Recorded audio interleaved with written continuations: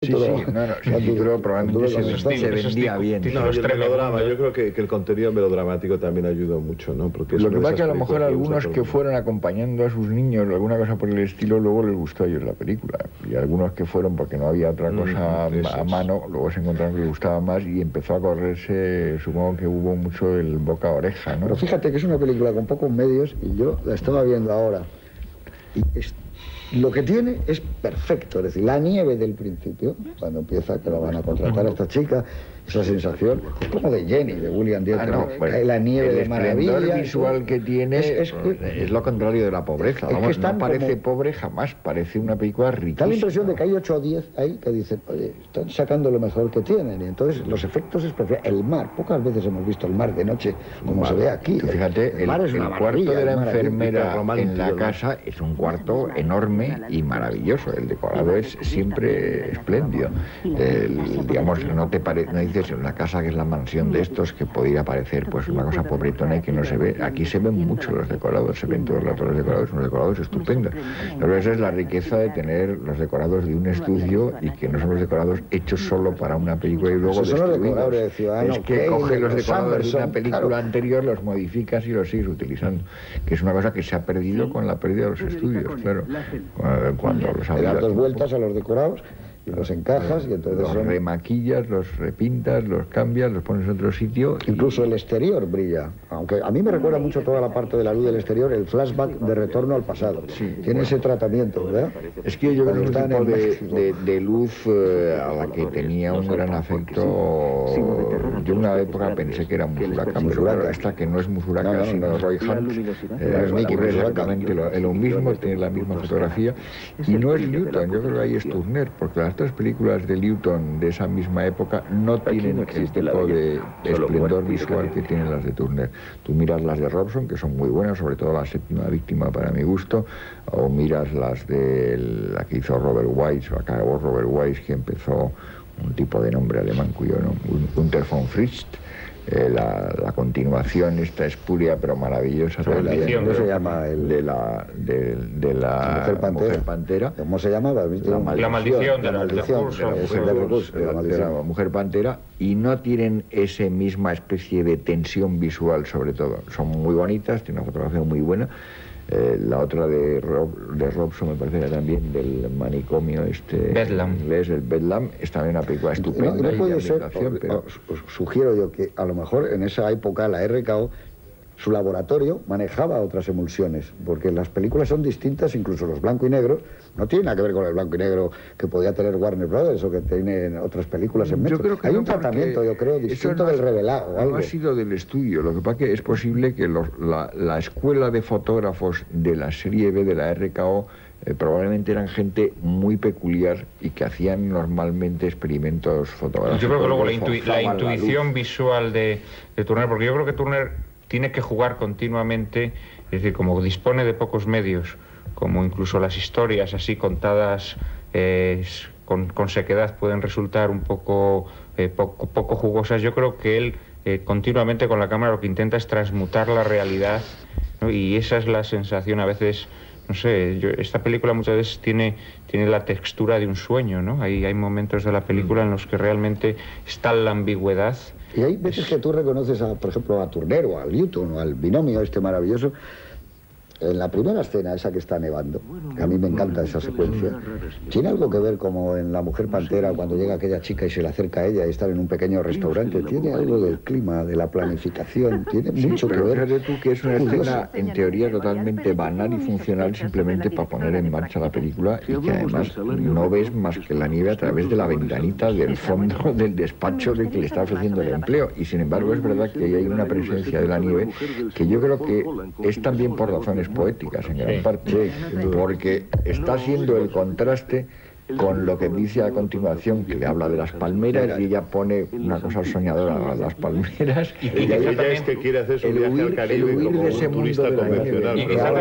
Y quizá también esa nieve sea un poco del mismo que había nieve, ¿os acordáis? En una secuencia maravillosa de La Mujer Pantera, donde significaba un poco la pureza o la virginidad frente a la corrupción. Aquí efectivamente yo creo que esa nieve es la pureza del mundo civilizado frente a ese mundo oscuro hacia el que ella viaja. Señor, está bien, ¿no? Que luego además es curioso porque en esta película... el pisapapeles de Ciudadano Kane.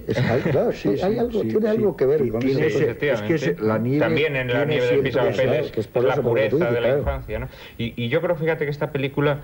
Yo no sé si es superior o no a La Mujer Pantera, quizá narrativamente La Mujer Pantera sea más convencional y a la vez más perfecta, digamos. Más sólida, sí. Pero fíjate, esta película supera a La Mujer Pantera en un ingrediente que a mi modo de ver es esencial. En La Mujer Pantera, el mundo oscuro y el mundo luminoso, yo creo que siempre están muy delimitados, frente a esta película en la que el mundo luminoso y el mundo oscuro continuamente están entremezclados. El personaje de la enfermera, que debería personificar el mundo luminoso, es un mundo lleno de oscuridad. Es una mujer que nunca sabemos si quiere asesinar a la mujer del hombre al que ama o la quiere curar. Esa ambigüedad se mantiene. ¿Tú crees? Yo creo que hay la negación de la enfermera. Sí, hay una negación. Hay una negación, pero tú piensas que le está dando insulina y está... No te lo crees. Que, por cierto, yo no sé si la insulina tiene esas propiedades, seguro que no, porque... No, eso parece una ficción médica inventada por aquí. Sobre la marcha. Lo que nos dicen es que ella tuvo una fiebre tropical que le quema, fíjate, le quema la médula espinal. Eso yo creo que es una idea política más que médica también. Eso también, evidentemente, es algo... Quemando la esa médula. especie de triángulo que está presente, dice el hermanastro, enamorado de la mujer de él. Ahí hay algo muy oscuro en esa historia. Pero entonces, cuando hablabas de lo siniestro, esta película también tiene, creo yo, seguramente que de manera inconsciente, una referencia muy clara a Hoffman. A su cuento, El hombre de arena, ¿no? El hombre de arena, la mujer que ha perdido el espíritu, que es una belleza... Precisamente Freud se basa en el análisis de los siniestros para el Sandman, el cuento maravilloso. Lo que yo creo es que no será nada subconsciente, porque yo creo que tanto Turner como Val Lewton eran dos tipos muy cultos, y la película está llena de referencias literarias y pictóricas por todas partes. En la habitación hay un cuadro, y ese cuadro es un Devlin. El mapa ese es un mapa famoso, que según Lewton era el mapa más bonito que se había pintado nunca, que es de no sé qué otra isla, pero que evidentemente no es de la inexistente de San Sebastián.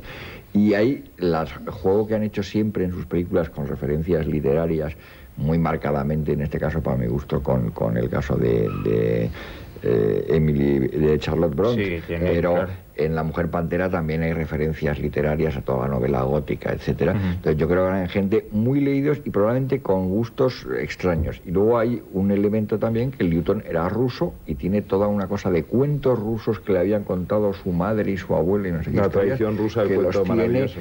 Colgados ahí. Y claro, yo me imagino que lo que nos habrían leído es a Vladimir Prop, pero probablemente sí habían analizado Afanasiev seguro que lo había leído, la estructura de los cuentos, ¿no? Entonces yo creo que en esto son muy conscientes, y es verdad, como decía José Manuel hace un momento, que hay un factor importante en Turner, que es un hombre que casi toda su vida ha jugado con una pobreza de medios enorme, que ha intentado disimular. Y él ha tenido el principio moral, que lo ha defendido, dice que fue un consejo que le dio en su lecho de muerte William K. Howard, el director de esa película, que no es tan buena, ni se parece tanto a Ciudadano Kane, pero que han dicho muy a menudo que era el antecedente de la forma de estructurar la historia de Ciudadano Kane, que le dijo, él había hecho demasiadas pocas películas y que había cometido un error. Entonces él decidió no rechazar jamás un guión, porque consideraba que era pretencioso decidir a priori. En el fondo, lo de que es pretencioso y que el otro es modesto habría que dudarlo, pero bueno, que es pretencioso decidir a priori de qué no vas a ser capaz de hacer. Sí, esa historia no me va. Y que es mejor hacer lo mejor que puedas con lo que te eche. Y yo creo que esa técnica de hacer como bricolaje y de mezclar una cosa de aquí y otra cosa de allá tiene un componente de, para darle unidad, cuidar el aspecto visual. Y en eso yo creo que la gran diferencia fotográfica es ese principio que ha tenido siempre Turner, y que lo ha dicho muy claramente, que él les exigía a los fotógrafos y se peleaba con ellos que las fuentes de luz fueran siempre lógicas y estuvieran, a ser posible, dentro del encuadre. Y que es cuando apagan una vela, cosa que normalmente en una película americana apagan una vela y la luz sigue prácticamente igual, aquí cuando soplan una vela baja la luz. Y el juego que hay continuamente siempre con las sombras. Aquí juega, por ejemplo, con las sombras de las persianas, con las sombras de los hierros forjados de las escalinatas. Juega con todas las sombras constantemente, que aquí casi nunca son además sombras en sí mismo inquietantes, sino son sombras que lo que hacen es crear parte de ese clima y establecer como fluidez entre las imágenes. Creo que hay una cosa como si hubiera un oleaje de las sombras en